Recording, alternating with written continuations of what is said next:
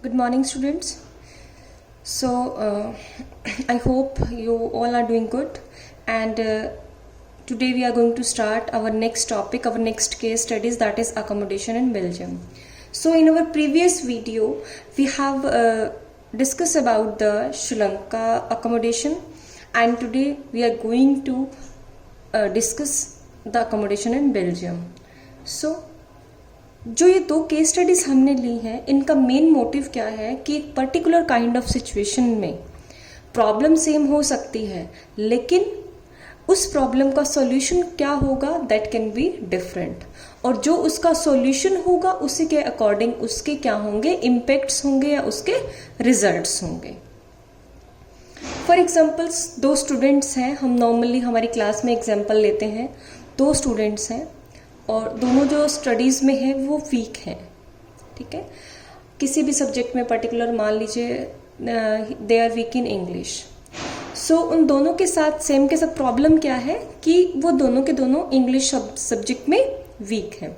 लेकिन अब क्या है, उनमें से एक स्टूडेंट क्या करता है, टीचर्स की हेल्प से अपने आप को इम्प्रूव करने की कोशिश करता है और अपनी कमियों से ओवरकम होने की कोशिश करता है, बजाय कि दूसरे को ये लगता है कि नहीं मैं तो कभी पढ़ ही नहीं पाऊंगा या मैं कभी चीज़ें सीख ही नहीं पाऊंगा. तो क्या होता है, धीरे धीरे जिसने कोशिश की उसका क्या होता है, धीरे धीरे रिजल्ट इम्प्रूव होना शुरू होता है, और जिसने ये सोचा कि मैं कभी नहीं कर पाऊंगा वो हमेशा ही ऐसे ही रह जाता है कि वो कभी भी अपनी प्रॉब्लम्स को ओवरकम नहीं कर पाता है. ठीक है, सो इसी तरह से दोनों केस स्टडीज के अंदर प्रॉब्लम सेम थी. प्रॉब्लम क्या थी, दैट इज डाइवर्सिटी. डाइवर्सिटी यानी विभिन्नता. अब वो विभिन्नता किस बेस पे थी, लैंग्वेज बेस पे. ठीक है, बेल्जियम में भी इसी तरह के अलग अलग कम्युनिटी के अलग अलग भाषा बोलने वाले लोग थे. ऐसे ही श्रीलंका के अंदर भी अलग अलग कम्युनिटी के अलग अलग भाषा बोलने वाले लोग रहते थे.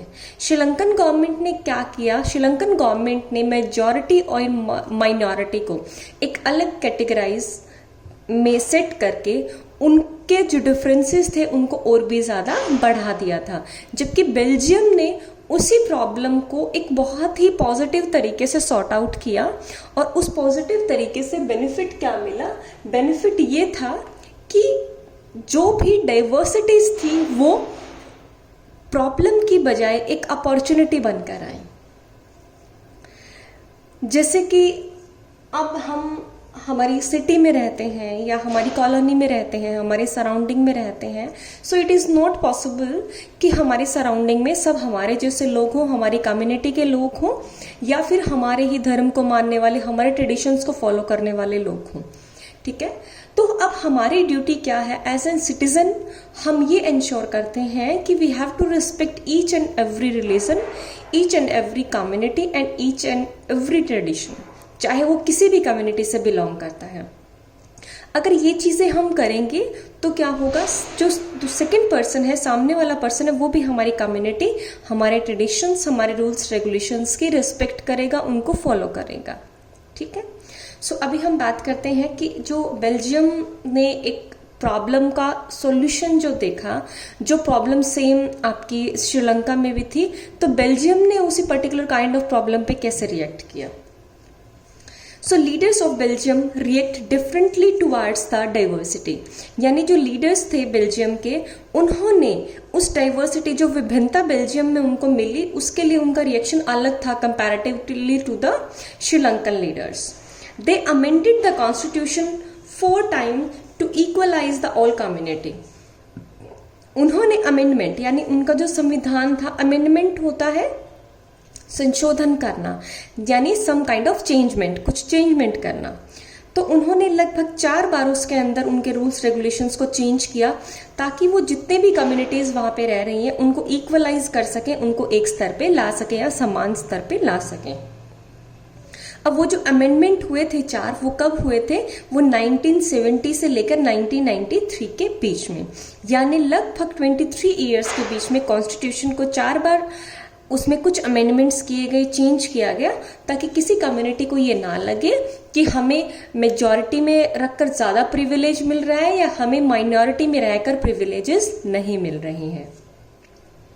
अब हम बात करेंगे कि बेल्जियम मॉडल क्या था, या बेल्जियम ने जो स्ट्रेटजी जो इम्प्लीमेंट की उसके अकॉर्डिंग, यानी उन्होंने ऐसा क्या किया कि उनकी जो डाइवर्सिटी है वो एज एन यूनिटी बनकर सामने आई। So first is equal participation for Dutch speaking people and the French speaking people, यानी उन्होंने जो पार्टिसिपेशन था, अब देखिए इसमें साइड बाय साइड हमें श्रीलंकन मॉडल को भी ध्यान में रखना होगा। श्रीलंकन मॉडल्स ने क्या किया था, वहां के लोगों ने सिन्हालास को ज्यादा मेजॉरिटी थी, इस कारण उन्हें स्पेशल राइट्स दिए थे, जबकि यहाँ पे ईच एंड एवरी कम्युनिटी को इक्वल पार्टिसिपेशन मिला था, ताकि किसी भी कम्युनिटी को माइनॉरिटी या मेजॉरिटी की फीलिंग ना आए। No single community can decide about the rules and regulations.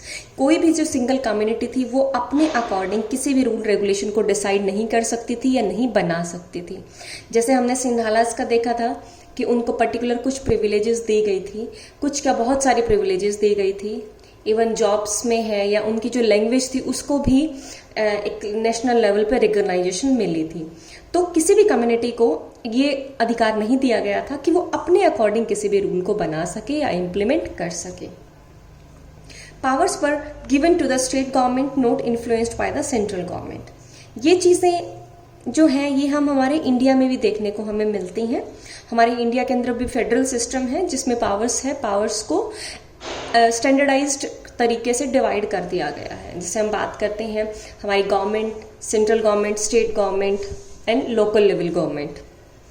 सो वहां पे भी स्टेट को पावर्स दी गई कि वो अपने स्टेट्स के रिगार्डिंग अपने डिसीजंस को ले सकते हैं, और सेंट्रल गवर्नमेंट उसके अंदर इंटरफेयर नहीं करेगी जब तक सेंट्रल गवर्नमेंट के इंटरफेरेंस की जरूरत ना हो। ब्रुसेल्स क्या थी, आपकी कैपिटल थी कहाँ की, बेल्जियम की। Has a separate government in which both the speaker, अब स्पीकर कौन होंगे, बोलने वाले लोग, कौन सी जो अलग अलग लैंग्वेजेस बोलने वाले लोग थे, हैव इक्वल रिप्रेजेंटेशंस। हमने ये देखा था कि बाकी का जो बेल्जियम का पार्ट था उसके अंदर जो आपके डच और जो फ्रेंच लोग थे, लेकिन ब्रुसेल्स के अंदर क्या थे, फ्रेंच लोग ज्यादा थे, जबकि बाकी का जो पार्ट था वहां पे डच स्पीकिंग लोग ज्यादा थे। तो ब्रुसेल्स के अंदर एक अलग तरह की गवर्नमेंट बनाई गई और उसमें जितने भी लैंग्वेज बोलने वाले लोग जो थे उनको इक्वल रिप्रेजेंटेशन दिया गया। नेक्स्ट है कम्युनिटी गवर्नमेंट। देखिए ये एक बहुत अच्छा डिसीजन था, वो था कम्युनिटी गवर्नमेंट का।